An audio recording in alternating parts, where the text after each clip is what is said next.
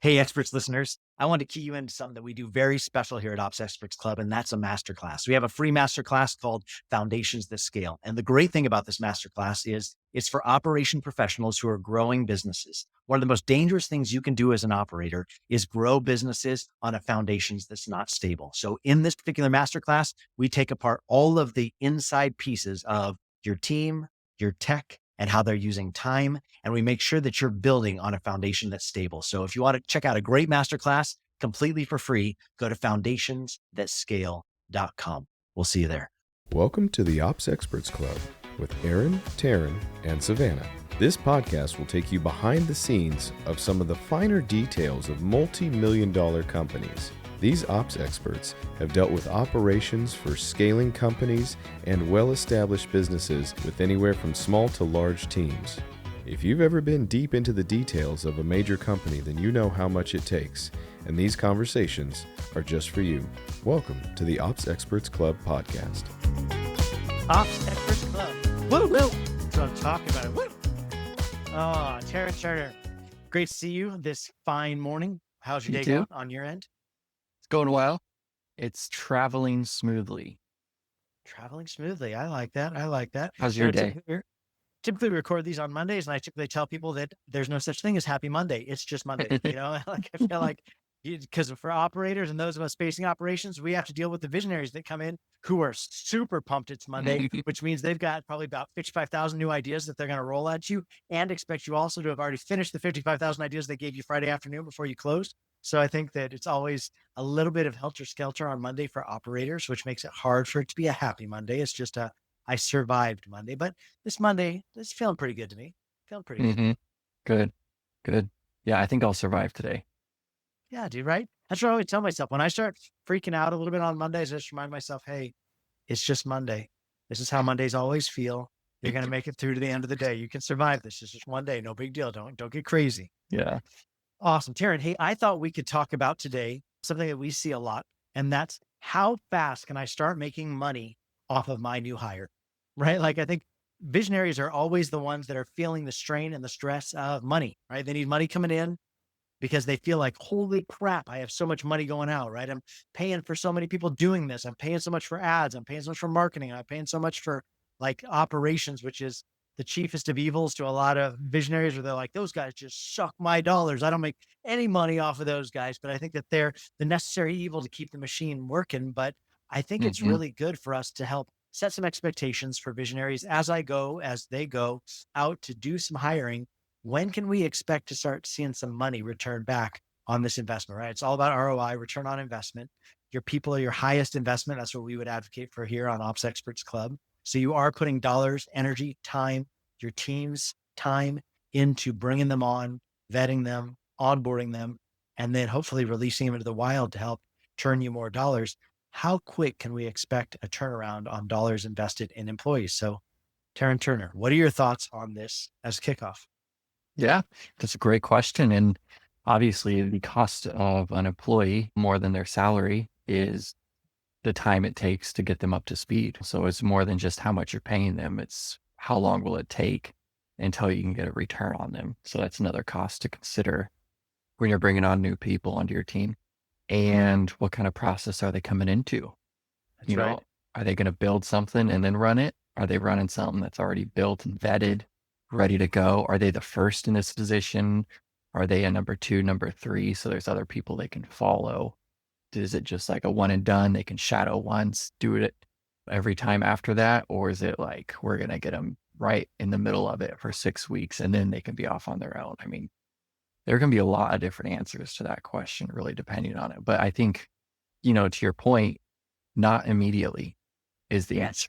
I think what I feel like we see on both sides of the coin for a visionary oftentimes when they come to hiring is on the one side, they're like, hey, let's hire cheap and then grow them internally, right? Because they love the thought of hiring low, getting a good deal on somebody, but also like, let's culture them in our ways, and steep them up. So I think that if they're not experiencing massive wait, like a lot of times, a lot of visionaries wait too long, I think, before they start hiring. I think there's probably two sides of that coin. Either they wait too long and then they're like in panic mode because half the ship's on fire and they're just like throwing bodies at it to try and beat back the flames.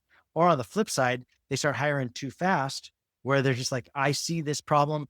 It's coming down the road. Let's make sure we hire to get it in place. But then there's no real work for the person that just got hired to come in and do because it was predictive hiring. So I think that what you said is really important. And that is, what season of business are you in right now?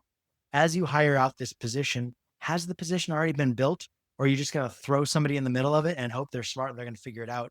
Do you want to hire low, cheap, and grow them internally, which is usually a slow grow, right? You're not going to be able to bring somebody in low and then they're usually going to come experience poor, but maybe like raw materials rich. So you're going to harvest that out of them, but that's a slow grow process. Or you flip that over and then you hire highly experienced people, right? The danger of highly experienced people is a lot of times they've been doing it for a while and they might not realize that you want them to do the doing. A lot of those people can come in and want to be leaders in the organization or want to be head over a department instead of realizing, no, I am hiring you for your experience because you're excellent at what you do. But typically this is going to be a doer leader role where I'm going to need you to get in there and really do some of the doing. So I do think you're right. Not only where are we at in the business trajectory, where's this role at in the hiring process? And what am I looking for? A young person that is looking for experience that I can pour into, or a seasoned person that I just need to make sure they understand the calibration of the role and that it's going to be a leading doing position.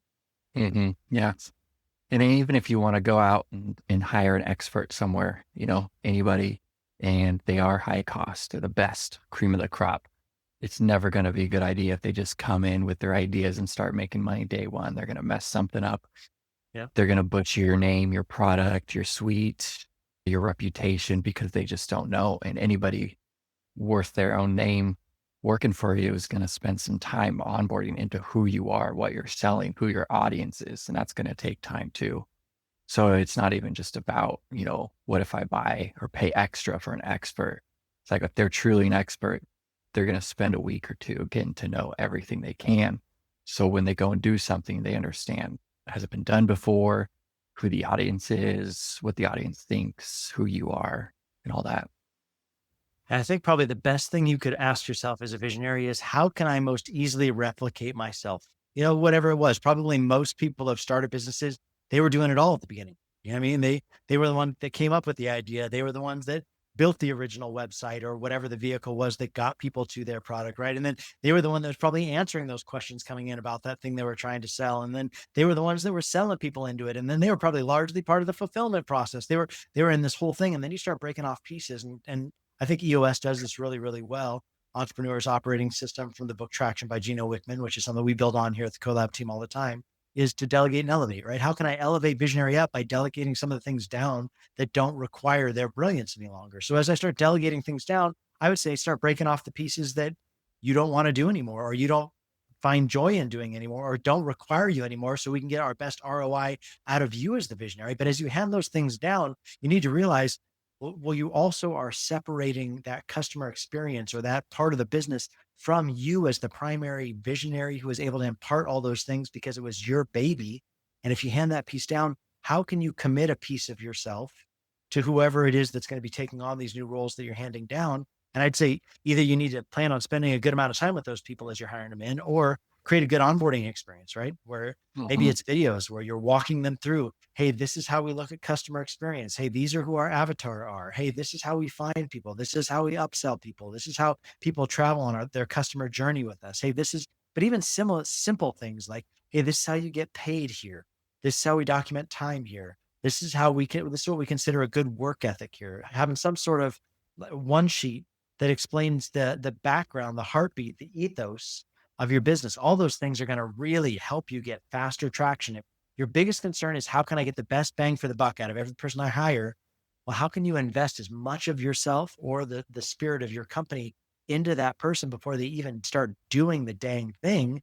Because otherwise they're going to take their skill set or things they had learned other places and bring it into yours. And then you could have a conflict of culture. Then you could have people bringing in, even the best hired ones, experiences they've had. Sometimes the downside to experience is they bring in all that experience. And sometimes that experience might pollute your culture or dilute your culture, at least, if you don't give them the right amount of time with you or with things that are going to give him or her your language.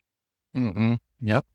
Yeah, I know in the coffee days, it was sometimes better to hire people with no experience because you don't have to untrain them from their previous job before training them for their new job. It's exactly the same. Really is. And I know coffee Taryn, I think both of us came out of more of a hands-on retail storefront experience before we started doing online. We've done a lot with online entrepreneurs these days, amazing names out there: P. Vargas, Pace Morby, Pedro Adeo, Gary Brecka, Brandon Turner, some really great big names out there, educators in the space doing cool stuff. But I think that I know for me, Keith Yackey, that was where we both started at the very beginning, right? I think that what was really weird for me is going from the storefront experience where I'm serving something quality. I think back, you mentioned coffee. Both of us came out of Roasters Coffee back in the day, where it was like service, speed, strength, right? Were the three pillars to make Roasters what it was back in the day. And you were putting out this excellent cup of coffee in a way that you knew the customer's name and quick so you could keep the drive-through moving, right? So it's like speed, service, strength, that was the pillars. And you gave them something craft. Well, when you come into the online world, I think the tough time I found, at least at the beginning, was, what the heck are we selling? Like what are they buying? They're buying air. They're buying video footage. They're buying an asset that they can understand the workflow of your ideology. And I know that for me at the beginning, it was really hard for me to get behind that and feel strong about it and good about it, because the visionary could come up with an idea today and be selling it by this afternoon, and then have knocked down hundreds of thousands of dollars by this evening. And then we hadn't even built the thing yet. It was just an idea. And it was like, man, but where's the craft? Where's the quality? So I do think, though, what we learned from coffee does really speak a lot. And that is, if you bring somebody in that thinks they understand and they start doing it their way, but it's not your way, what you're going to get is a bad experience for the customer, because that's not what you wanted. So you're going to be frustrated. The customer's probably going to be confused. And so I think that the downside to rushing in a new hire, sticking somebody in a position just because they've done this before, without good training, without good onboarding, trying to expect a good ROI right out of the can with people, is that you're probably going to get a culture confusion moment with your customers and with your team. Mm-hmm. Yep.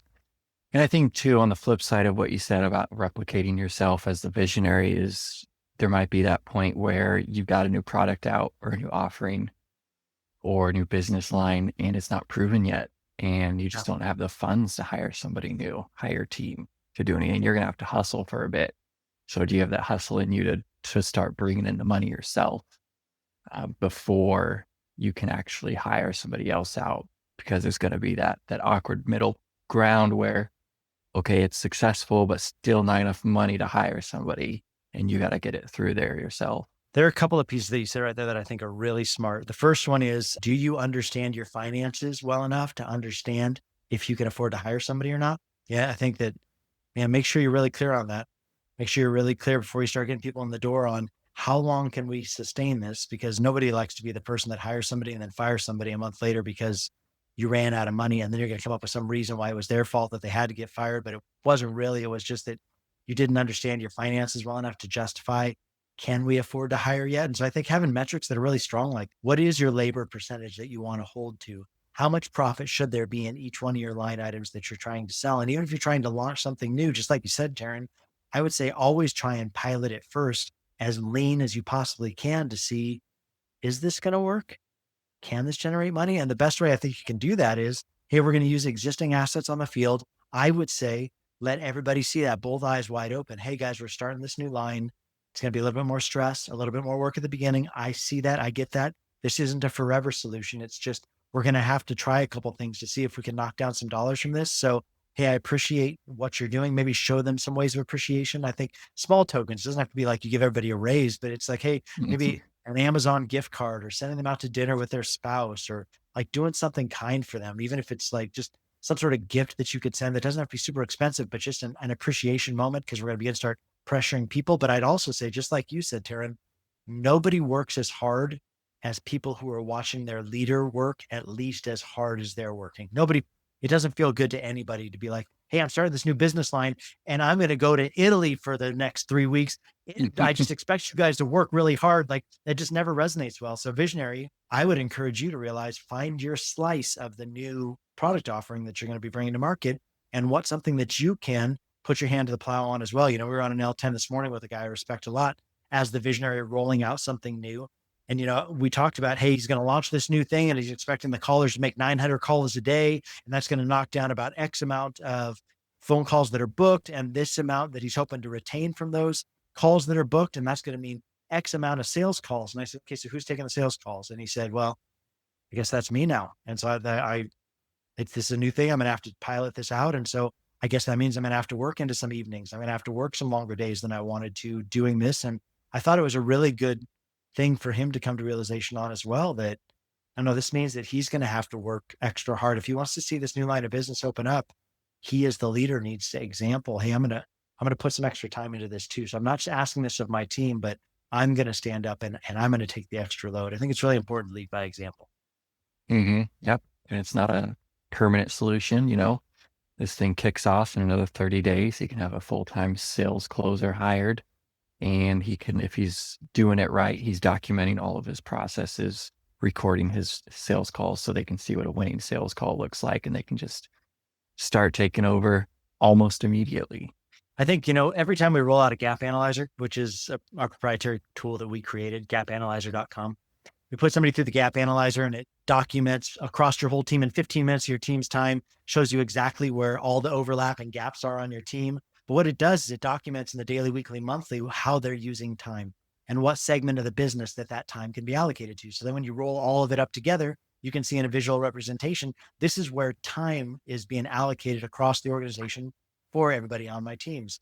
And then from there, we take the gap analyzer and we put it to a delegate elevate exercise, which is what we just talked about for the visionaries of how can I take a list of all the duties and how can I determine what should be delegated off first? I love that exercise. I know we've talked about it here on the show before, but I'm going to delegate down the things I want to hand off. But the easiest way that you can possibly hand off anything that you're trying to delegate it down for is creating SOPs around those things. So just like you said, Terryn, maybe visionary has to put their hand to the plow, put in some extra hours, but the hope is you're SOPing out your process as you're doing it. And the easiest way to do that is just to open up a sheet right next to you and start bullet pointing out the different things that you're doing, the different steps in the process, the different assets that are going to be needed for you to be able to hand that off, because you can't hand anything off that hasn't been SOP'd, standard operating procedure. Until you line those things out, there's no way that anybody could possibly take over behind you. And then the realization of, as you hand it off, it's not just like lobbing a grenade over the wall and just being like, hey, I hope this all works out. Not if you want it to stick. Like, as I pass off this SOP, there's probably going to be some quality control I still need to check in on. So just that realization of this particular visionary saying, hey, I'm going to have to do some extra sales calls, work into the night, work extra hard on this new product offering we're rolling out. But the hope would be, I'm going to line out exactly how I want the sales calls to go. And then when we bring somebody in this role, all they have to do is follow up on the way that I've been doing things. And then from there, I'm going to spot check it. I'm going to listen to their calls. I'm going to make sure it turns out right. So there's still going to be some work on the backside for visionary, but hopefully incrementally much less. And then over the next month or 2 or 3, you can work yourself out of that role and then move on to the next thing that the business needs some attention on. Yep. And that would be a beautiful thing right there if that happened. It doesn't always happen. It doesn't always happen because typically visionaries don't love SOPing things out. So my encouragement would be, find somebody like us, find somebody that does SOPs well. We're just finishing up a contract for another client who went through the whole entire organization, did that exact process, gap analyzer to a delegate, elevate to SOPs, nurture to get the SOPs out of the people, harvest those things out of people. And some of them are just like, hey, do me a favor, we just kick on a Loom video and record yourself doing this process and we'll take it from there. And I think if you're saying, hey, Aaron, I just am not that big yet and I don't know I can afford that yet, I think AI is an incredible thing. Record a video. There are a lot of different AI bots out there that you could push that video to and ask it to process it for you. And that'll at least be better than nothing. And then from there, it's much easier to refine something that's been written out. Then maybe you're just not going to give the time to it. A lot of visionaries don't, a lot of people don't. But that's also the biggest reason why people don't get top dollar when they want to try and if they want to try and sell the business, if they want to be acquired, is that, no, that brand is just Aaron. If the Collab team is just Aaron, then there's going to be a problem if I ever want to be acquired, if I ever want to sell. Like it has to have, my business has to have my systems. My systems are only as good as what it's producing. So your P&L should be justified by the systems you have in place, unless everything's built on your back. And if everything's built on your back, then really you've just bought for yourself a really stressful job, because then everything is just relying on you. You never get vacations. You never get time away. You're always stressed about how things work. But the more and more you can hand things off, the freer you're going to be from your business. Yep. But I mean, at least still you're working for yourself. That is the narrative. That is what people say. And that is true. So I would say this as we button the show up today, take homes. Best advice for you would be, and I know you're going to hate this, but just take it for a grain of salt. Be patient. Be patient with the process.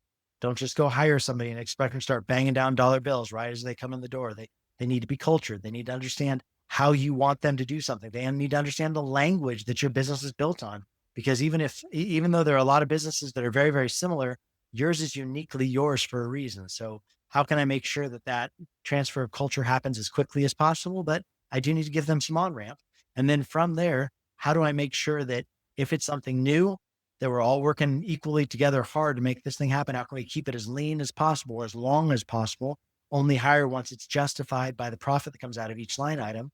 And then as we do that hiring, let's be really particular on, am I hiring somebody new, as far as new to the space, but has the right raw materials? Am I hiring somebody experienced, which is great if you can hire experience, but make sure they understand that you want them to be a doer leader and that you're going to need their help with the lift. And then I would say, give yourself some time to really make sure it's going to turn out the way you want it to turn out. Don't just expect that as soon as you turn on the spigot, like gold's going to pour out of that thing. There's probably going to be some holes in the boat at first. You're going to have to work through those things, but that's what makes business exciting. Finding the holes, working them, making sure you shore them up so you can move on to the next thing. Mm-hmm. Yep. And it's going to be hard. Nobody can be you better than you be you, so you're not hiring a you replacement. You're hiring somebody you can hopefully train and coach and lead to being the next best thing. Dude, I love it. And I would say celebrate diversity. Terryn Turner is a lot different than me. And I think Terryn brings such a beautiful rounding out of Collab team. And Ben Clatterbuck is a lot different than Terryn Turner. And Rachel Miller is a lot different than Ben Clatterbuck. And all the way throughout the organization, you're going to find different people here at the Collab team. Empower the difference and realize they're going to make your business even better, because you're just one person. And no matter how awesome you think you are, you're one person that appeals to a certain kind of people. And the more diverse you can make your business, the more you're going to appeal to the masses. So, Terryn, thanks for being an awesome dude. Jurassic Park is coming out soon, which I know lights your fire. And so I'm excited about that. I'm hoping we're going to get some Little Caesars, watch some Jurassic Park at your place. I think that's going to be amazing. Nice. Sweet. See you there. Awesome, Terryn. Thank you. Ops Experts, thanks for tuning in. We'll see you next week here on Ops Experts Club. Thank you for tuning in to the Ops Experts Club podcast. New episodes available every week on Spotify, iTunes, and everywhere you listen to podcasts. If you're curious about how some of the biggest names in entrepreneurship have scaled their businesses to the next level, check out some of our best content on this topic by going to foundationsthatscale.com. You can find the link in our bio and do your part to improve as an ops expert.